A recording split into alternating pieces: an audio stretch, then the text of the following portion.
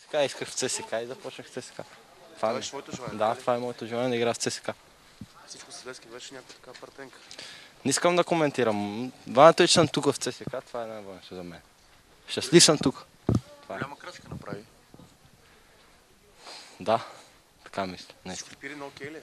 Да, аз съм разстроен на договора, остава само малки неща още да уточним и точно. Кога дойде предложението от ЦСКА? Преди 2-3 дена. Да, 3 дена. Да.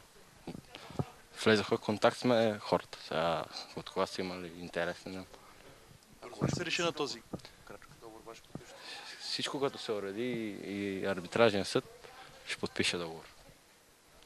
А има ли вариант нещо да се провали? Мисля, че няма. Надявам се да няма. Идваш като свободен играч, нали? Без Да, пари. да. Тук за теб това трябва да смениш Спас Делев в ЦСКА. Ще успееш ли той да дойде също от Пирин?